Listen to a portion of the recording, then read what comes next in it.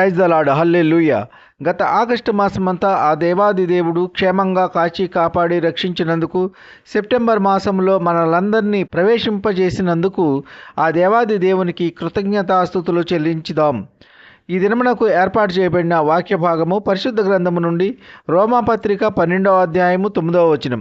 మీ ప్రేమ నిష్కపటమైనదై ఉండవలెను, చెడ్డదానిని అసహించుకొని మంచిదానిని హత్తుకొని ఉండుడి. ఆమెన్, హల్లెలూయా.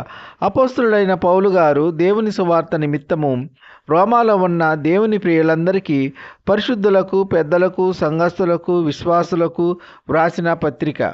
ప్రియ సహోదర సహోదరి, దేవుని యందు భయభక్తులు కలిగి ఆయన మార్గంలో నడిచే వారి యొక్క ప్రేమను గూర్చి పౌలు గారు వివరిస్తున్నారు. ప్రేమ అనేది నిష్కపటము కలిగి ఉండాలి, నిర్దోషము కలిగి ఉండాలి, యథార్థవంతంగా ఉండాలి. ప్రియ సహోదర సహోదరి, దేవుని విశ్వసించి ఆయన యందు భయభక్తులు కలిగిన వారము ఎటువంటి ప్రేమను కనపరుస్తున్నాము? ఎలాంటి ప్రేమను కలిగి ఉండాలి? నిష్కపటమైన ప్రేమను కలిగి ఉన్నామా, లేక కపటమైన ప్రేమ కలిగి ఉన్నామా? ఒక్కసారి మనము ప్రశ్నించుకుందాము. పైకి ప్రేమ గల వారిలా నటిస్తున్నామా, లేక నిజముగా యథార్థమైన నిష్కపటమైన ప్రేమ కలిగి ఉన్నామా? ఒకవేళ కపటమైన ప్రేమను కలిగి ఉంటే ఇప్పుడే దేవుని సన్నిధిలో ఒప్పుకుందాం. ఇక నుండి నేను నిష్కపటమైన ప్రేమ కలిగి ఉంటానయ్యా అని ఒప్పుకుందాం. ప్రస్తుత కాలంలో సమాజంలో ఎక్కువ శాతం ప్రజలు చెడు క్రియలు, చెడ్డ కార్యములకు బానిసలైపోతున్నారు. ఉదాహరణకు త్రాగుడు, జూదము, వ్యభిచారము, ఇంకా అనేకమైన చెడ్డ క్రియల వైపు పరుగెడుతున్నారు. అపవాది మంచిగా ఉన్నవారిని పాడు చేయాలని, ఎలా అయినా పడగొట్టాలని, అపవాది యొక్క వశంలో వాడి వలలో పడిపోవాలని సకల ప్రయత్నాలు చేస్తున్నాడు.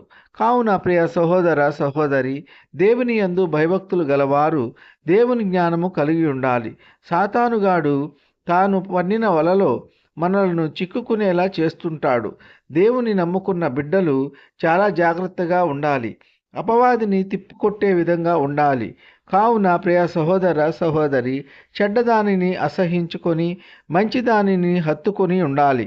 దేవుని పిల్లలైన వారు మంచివారితోనే స్నేహం చేయాలి, చెడ్డవారితో స్నేహం చేయకూడదు. శ్రేష్టమైన వాటిని అనుసరించాలి, యథార్థమైన వాటిని అనుసరించి దేవుని యొక్క మెండైన దీవెనలు, ఆశీర్వాదములు పొందుకోవాలి. ఈ కొద్ది మాటలు దేవుడు దీవించునుగాక.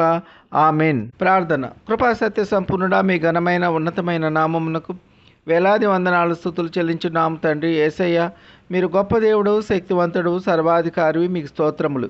గడిచిన మాసమంతా మీ చల్లనైన రెక్కల నీడలో కాచి కాపాడి సెప్టెంబర్ నెలలో ప్రవేశింపజేసినందుకు మీకు స్తోత్రములు. ఈ వేకువనే లేచి ఎందరైతే మీ వాక్యమును విని మిమ్ములను అంగీకరించి ఉన్నారో అటువంటి బిడ్డలందరినీ దీవించండి, ఆశీర్వదించండి.